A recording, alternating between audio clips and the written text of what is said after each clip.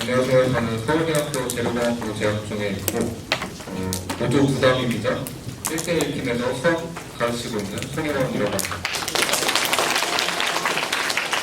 일단 발표 시작하기 전에 저한테 무대 올라가면 꼭 자기 이름 얘기해달라고 한 친구들이 굉장히 많았는데 제가 하고 싶은 얘기들이 굉장히 많기도 하고 제가 상담하는 것도 아니기 때문에 하지 않겠습니다. 일단 제가 재료공학부에 다닌다고 하면은 어떤 재료인지 모르기 때문에 식재료 만드는 학과나 이런 친구들이 굉장히 많아요. 그래서 제가 본격적인 이야기 시작하기 전에 저희 학과가 뭐 하는 학과인지 간략하게 소개를 하고 넘어가도록 하겠습니다.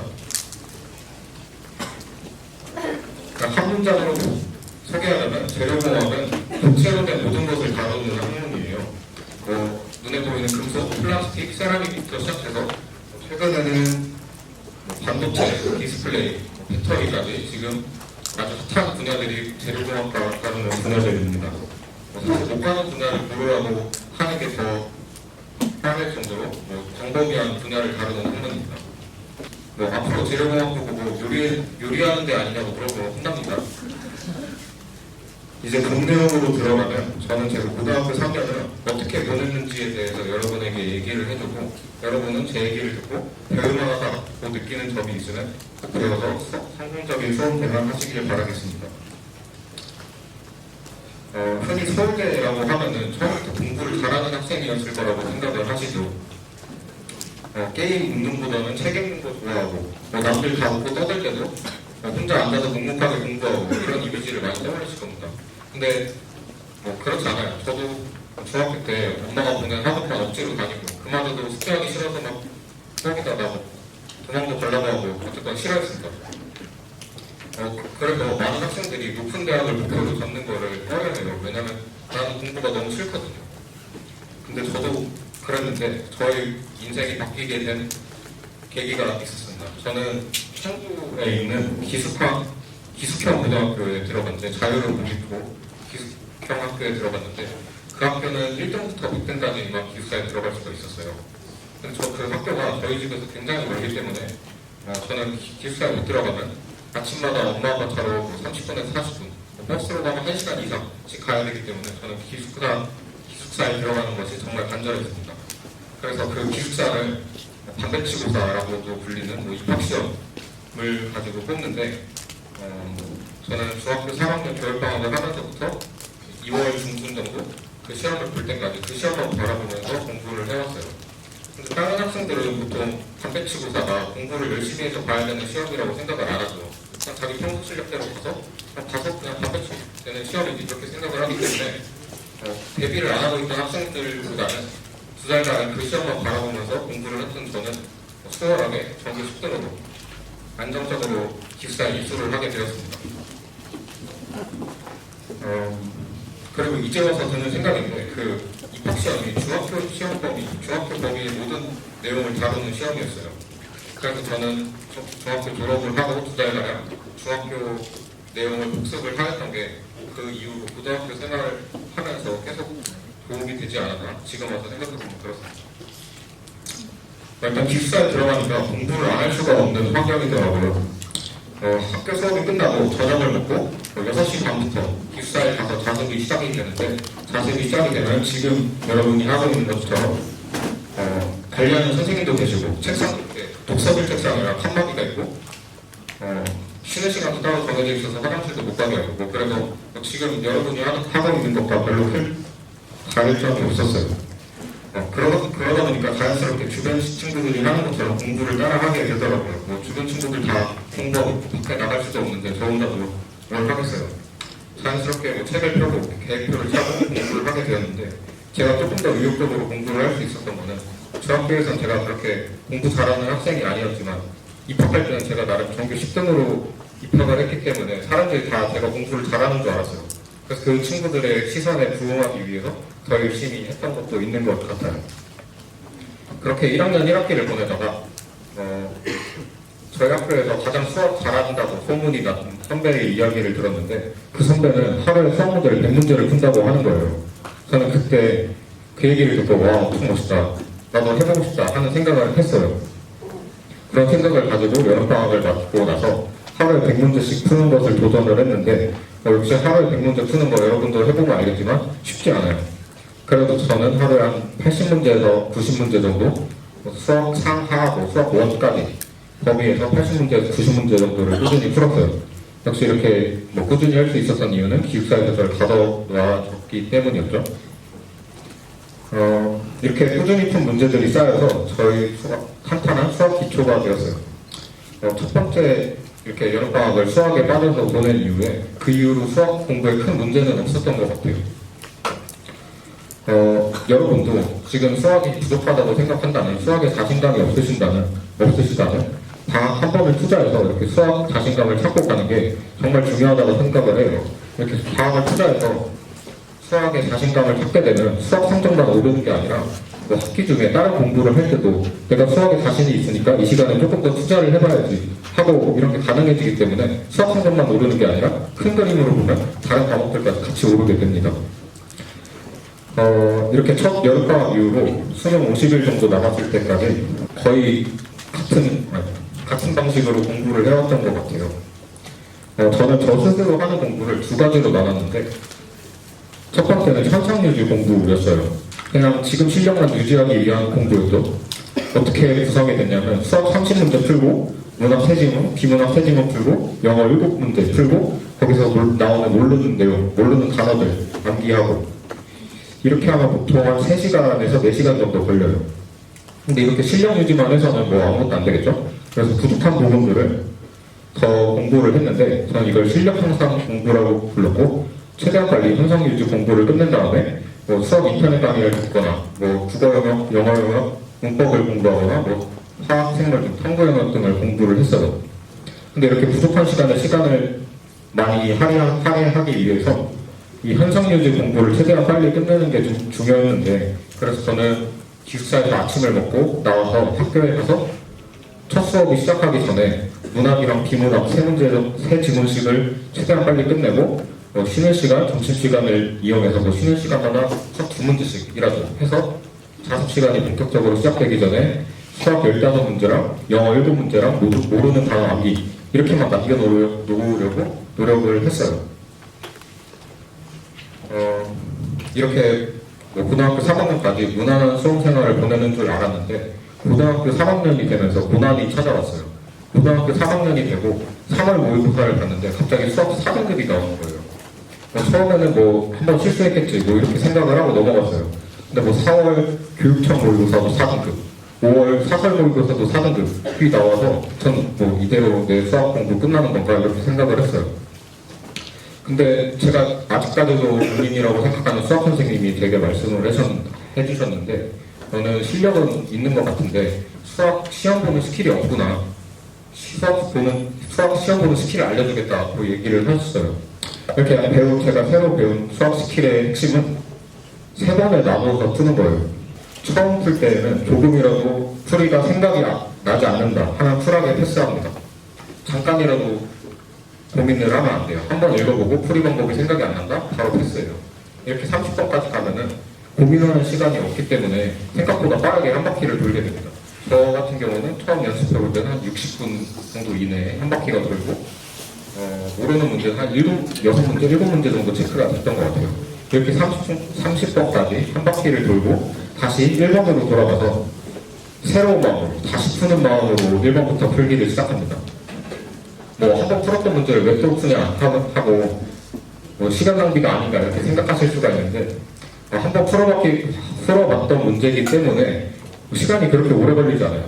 그렇게 한 번 풀어봤던 문제는 빨리 넘기고 그렇게 풀다 보면 아까 체크했던 문제를 만나게 되겠죠. 근데 여기서 신기한 일이 벌어집니다. 아까 생각이 안 났던 풀이 방법을 모르겠던 문제가 다시 봤더니 생각이 나요. 거짓말하고 있네. 아까 안 났던 게 어떻게 생각이 나 이렇게 생각하실 수도 있는데 진짜 제가 스스로 몸으로 경험했던 거기 때문에 여러분도 한번 꼭 연습해서 따라해주세요. 생각이 안 났던 문제가 다른 문제를 풀면서 머리가 환기가 되기 때문에 다음번에 볼 때는 풀이 방법이 생각이 나는 경우가 굉장히 많습니다. 어쨌든 이렇게 다시 봤는데도 모르겠는 문제가 있는 거는 그냥 또 넘어가세요. 그렇게 30번까지 가면은 한 30분 안쪽에서 20분, 30분 정도 한 바퀴가 또 돌게 되는데 그때는 한 문제에서 두 문제 정도 문제가 남게 돼요. 이 문제를 보통 킬러 문제라고 하죠. 1등급을 가리는 문제. 그래서 우리의 목표는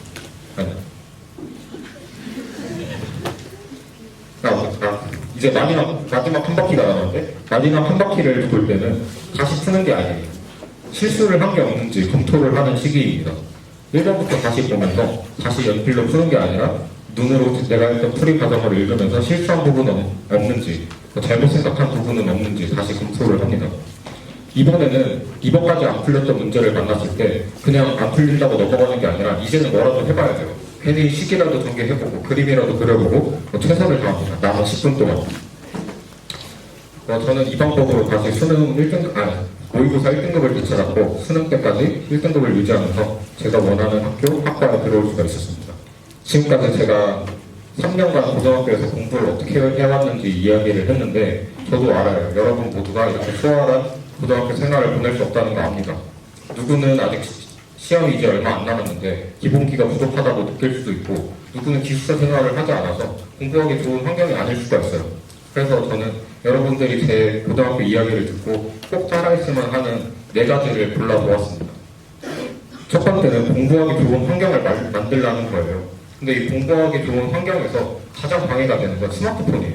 제가 여러 번 과외도 해보고 저 스스로도 공부를 해보면서 가장 공부에 방해가 되는 건 스마트폰입니다.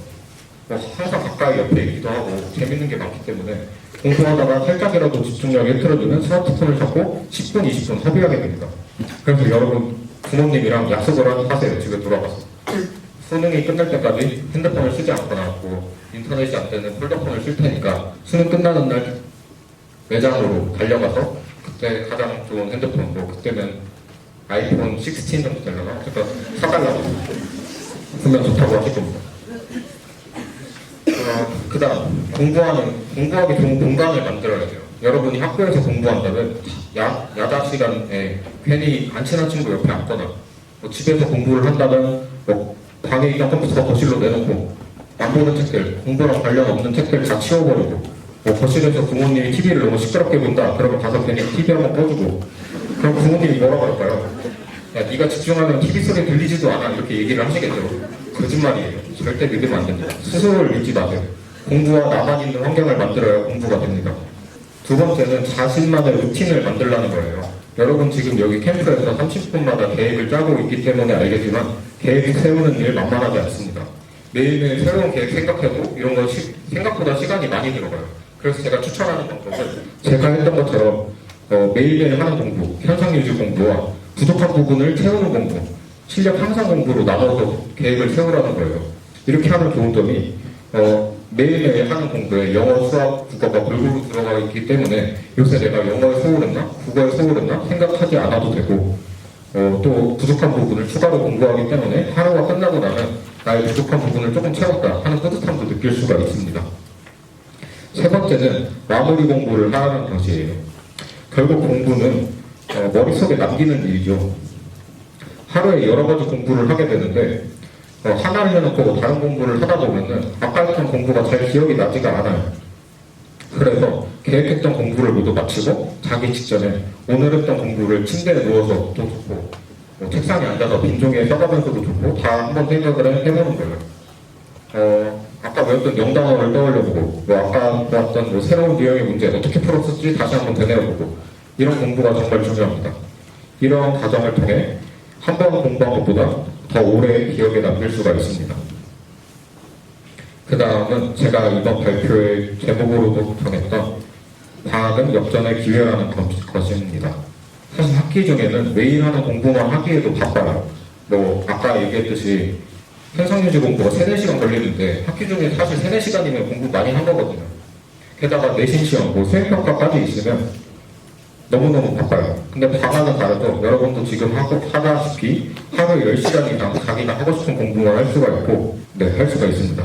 그래서 저는 추천하는 게 방학을 항상 자기 자신의 부족한 부분을 채우는데 온전히 투자를 하세요. 아까도 얘기했다시피 한 과목을 잘하게 되면 그 과목 성적만 오른 게 아니라 다른 과목도 공부할 시간을 같이 얻는 거기 때문에 한 과목만 오르는 게 아니라 모든 과목이 같이 오르게 되는 효과를 봅니다. 다음으로 제가 지금까지 과외하면서 느낀 점과 저 스스로도 공부하면서 느낀 점을 합해서 수능 수학 어떻게 공부해야 되는지를 좀 얘기를 해보려고 해요. 일단 첫 번째 하고 싶은 말은 아는 공부 하라는 겁니다. 제 말로 바꾸자면 어려운 공부 하지 마세요. 많은 학생들이 수학을 어렵다고 느낄 거예요. 그래서 그렇게 말을 하는 학생들이 가서 무슨 공부를 하나 보면은 어려울 수밖에 없어요. 그 중학 수학이 잘 안 돼서 아니면 뭐 수 계산, 문자를 다루는 법이 익숙하지 않은데 갑자기 뭐 유형별 문제, 유형별로 정리된 문제집을 풀거나 기출 문제를 풀면 어려울 수밖에 없죠. 2단계 나가고 있는데 갑자기 2단계 풀려고 하면 2단계는 뭐 머리로 점프하라는 거 어떻게 하라는 거 어려울 수밖에 없어요. 네, 본인의 수준에 맞는 공부를 하세요. 뭐 지금 당장은 불안할 수가 있어요. 남들은 뭐 입학하기 전에 고등학교 3학년 때 다 끝내고 들어갔다는 건데 그럼 나는 뭐 계산이 잘 안 된다고 해서 중학 수학으로 돌아가라는 거냐? 네, 맞습니다. 돌아가세요. 그때가 쌓이지 않으면 나중에 억지로 쌓이는 거는 조금만 건드려도 무너지게 되어 있습니다. 수능은, 내신은 모르겠지만 수능은 적어도 빨리 앞서 나간다고 1등급 받고 뭐 느리게 나간다고 1등급 못 받고 이런 시험이 아닙니다. 그냥 정해진 기한 내에 고3 11월 수능 날까지 어느 정도 적정한 수준에 오르면 1등급이 되고 거기까지 다다르지 못하면 1등급 못 받고 이런 시험이에요. 그렇기 때문에 남들이 나보다 빠르다고 불안해하실 필요도 없고 억지로 불안한 마음으로 어려운 문제들 잡고 있다가 수학 포기할래 이러지 마시고 할 수 있는 공부들, 풀 수 있는 문제들을 푸세요. 그 다음은 수학 문제를 내야 하는 자세입니다. 문제를 처음 보았을 때 문제풀이 지도를 그려보는 습관을 가져야 합니다. 문제를 처음 보았을 때 뭐 인수분해하고 대입하라는 거구나 이렇게 연필을 대기 전에 대충 문제를 어떻게 풀지 설계를 하고 시작을 해야 해요. 그리고 이렇게 문제를 풀고 난 뒤에는 머릿속에 집어넣는다고 생각을 해야 합니다. 다음번에 비슷한 유형을 만났을 때는 당황하지 않고 내가 지금 이 푼 기억을 가지고 다음번에 꼭 풀어내야지 하고 다짐을 하고 머릿속에 새기려고 노력을 해야 합니다. 저는 수능 수학이 기억하는 과목이라고 생각을 해요. 풀이를 암기하라는 게 아니라 지금 해왔던 논리 전개를 다음번에도 기억해서 똑같이 따라하면 되는 거예요. 암기하는 건 어렵지만 기억하는 거는 어렵지 않습니다. 여러분들이 지금 수학 문제를 풀다가 막히면은 선생님들한테 질문을 하죠. 그럼 대부분의 선생님들이, 거의 모든 선생님들이 문제를 뭐 1, 2분 읽고 바로바로 풀어주는 걸 볼 수 있을 거예요. 선생님들이 뭐 천재라도 이렇게 바로바로 문제를 풀까요? 아닙니다. 천재 아니에요. 근데 이렇게 풀 수 있는 거는 오랜 시간 동안 이 유형들을 머릿속에 쌓았기 때문에 문제를 읽고 이거 옛날에 그 문제구나 이렇게 하면 풀리는 문제구나 기억 속에 있기 때문에 풀 수 있는 거예요. 여러분도 충분히 공부를 하면 수능 때까지 선생님들과 같은 수준에 도달할 수 있습니다. 그리고 시험을 받거나 문제집을 풀다가 틀린 문제가 나오면 여러분 기뻐해야 합니다. 지금까지 만나보지 못한 유형을 찾아냈다는 건데 우리가 수학 문제를 이렇게 열심히 많이 푸는 이유가 바로 이런 새로운 유형의 문제를 만나기 위해 푸는 것이거든요.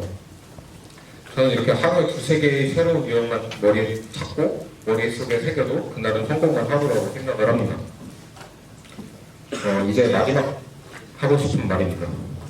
인생의 소중한 시간을 보내고 있는 여러분에게 해주고 싶은 말이에요. 제가 고등학교 생활을 하면서 가장 중요하다고 생각하는 점은 성취감이에요.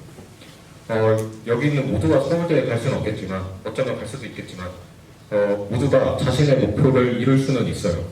여러분 목표를 세울 때 어렵고 불가능해 보이는 목표를 세우세요.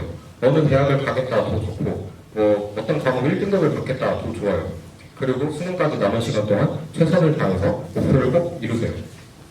이렇게 고등학교 생활을 하면서 노력을 해서 목표를 이룬 기억을 가지고 졸업을 하고 어른이 되면 여러분이 고등학교 생활을 하면서 얻어갈 수 있는 가장 값진 것을 얻어가는 겁니다. 분명 졸업하고 어른이 되면 고난과 시련이 한 번은 찾아와요. 대학교에 입학하자마자 학점 따기가 너무 어려울 수가 있고 취업을 하려고 하는데 잘 안 돼서 너무 슬플 수도 있고 이런 고난을 만났을 때 이 고난을 이겨내는 사람은 어떤 사람일까요? 서울대생, 스카이 대학생일까요? 아니에요. 고등학교 생활을 하면서 내가 노력해서 목표를 이룬 경험이 있어야만 이런 고난을 만났을 때 좌절하지 않고 다시 노력을 해서 목표를 이루는 겁니다. 여러분 소중한 하루하루를 통해 목표를 꼭 이루시길 응원하겠습니다. 감사합니다.